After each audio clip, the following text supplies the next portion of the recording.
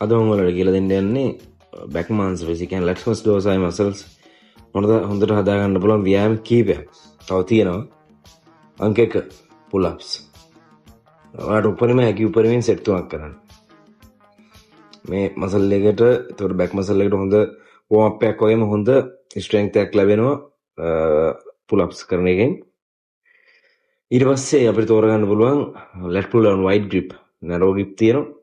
ඒ වගේ ග්‍රිප්ස් තියෙනවා. ඔයාට වගේ බැක් මාංශ පේශි අඩු පාඩු තියෙන තැනින් ග්‍රිප් එක ඔයා තෝරගන්න. වයිඩ් ග්‍රිප් මේ විදිහට හොඳ ෆුල් ඔෆ් රේන්ජ් එක යන්න ඕන. ඒ කියන්නේ කෙලිම වගේ අපර් චෙස්ට් එකට මේ විදිහට ගේන්න ඕන. ඔය චෙස්ට් එකට ගෙනාවට හොඳට මත තියාගන්න. මේක වැඩ කරන්නේ ලැස්මස් දෝසා. ඒ කියන්නේ බැක් මසල්ස් වලට තමයි මේක වැඩ කරන්නේ. හරිද? ගොඩක් අය මේක භාගයක් ගෙනල්ලා වේගෙන් පාත්‍ර දානවා. ඒක ඉතාලම වැරදි. හොඳ අඩු වේට් එකක් අරගෙන හොඳට වර්ක් කරන විදිහට මසල් එකට ව්‍යායාමය කරන්න. බලමු ඊළඟට මොකටද යන්නේ කියලා. අපිට ඊළඟට තෝරගන්න පුළුවන් ස්ට්‍රේට් බාර් රෝ. මේක මේ විදිහට ඔයාලගේ ජිම් එකේ තියෙන ක්‍රොස් රෝ එක තෝරගෙන ඔයාලට ලිෆ්ට් කරන්න පුළුවන් වේට් එකක් අරගෙන හොඳට බෑක් එක හොඳට එන්ගේජ් කරගෙන හොඳට බෑක් එක ෆිට කරගෙන මේ විදිහට කරන්නයි තියෙන්නේ.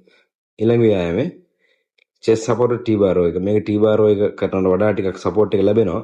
නමුත් එහෙමයි කියලා අපිට අතාරින්න බෑ. මේකත් සම ව්‍යායාමයක්. ඊළඟට row machine එක. chest supported row machine එක.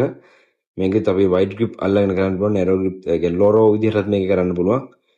මේ විදිහට වාර 10කට යලත් set 3ක් වගේ කරන්න. ඊළඟට අපිට පුළුවන් dumbbell ව්‍යායාමයක්. one arm row.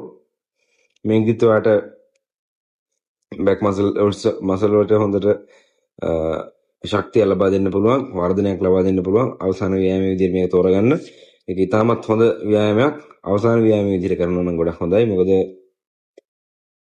අන්තිමට හොඳ පම්ප් එකක් ලැබෙනවා මේ ව්‍යායාමයෙන්. සාමාන්‍ය ලිෆ්ට් කරන්න පුළුවන් වේට් එකක් ගන්න වාර 10 හෝ 12 15 සැර කරන්න.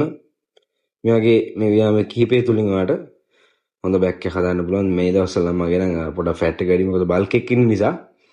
නමුත් හොඳ ව්‍යායාම කිහිපයක් මෙතන ව්‍යායාම 3ක් මම තෝරගෙන කරන්න. මොකද ව්‍යායාම ගොඩක් කරා කියලා හැදෙන්නේ නැහැ. මොකද කැම තමයි අංක 1. ඒක හොඳට මතක තියාගන්න. කැම නැතුව ඔයා බෑක් එකට එක්සර්සයිස් 20ක් කරත් හැදෙන්නේ නැහැ. හරියට එක්සර්සයිස් 3ක් හෝ 4ක් තෝරගෙන ඔයාගේ ව්‍යායාමයක් කරන්න.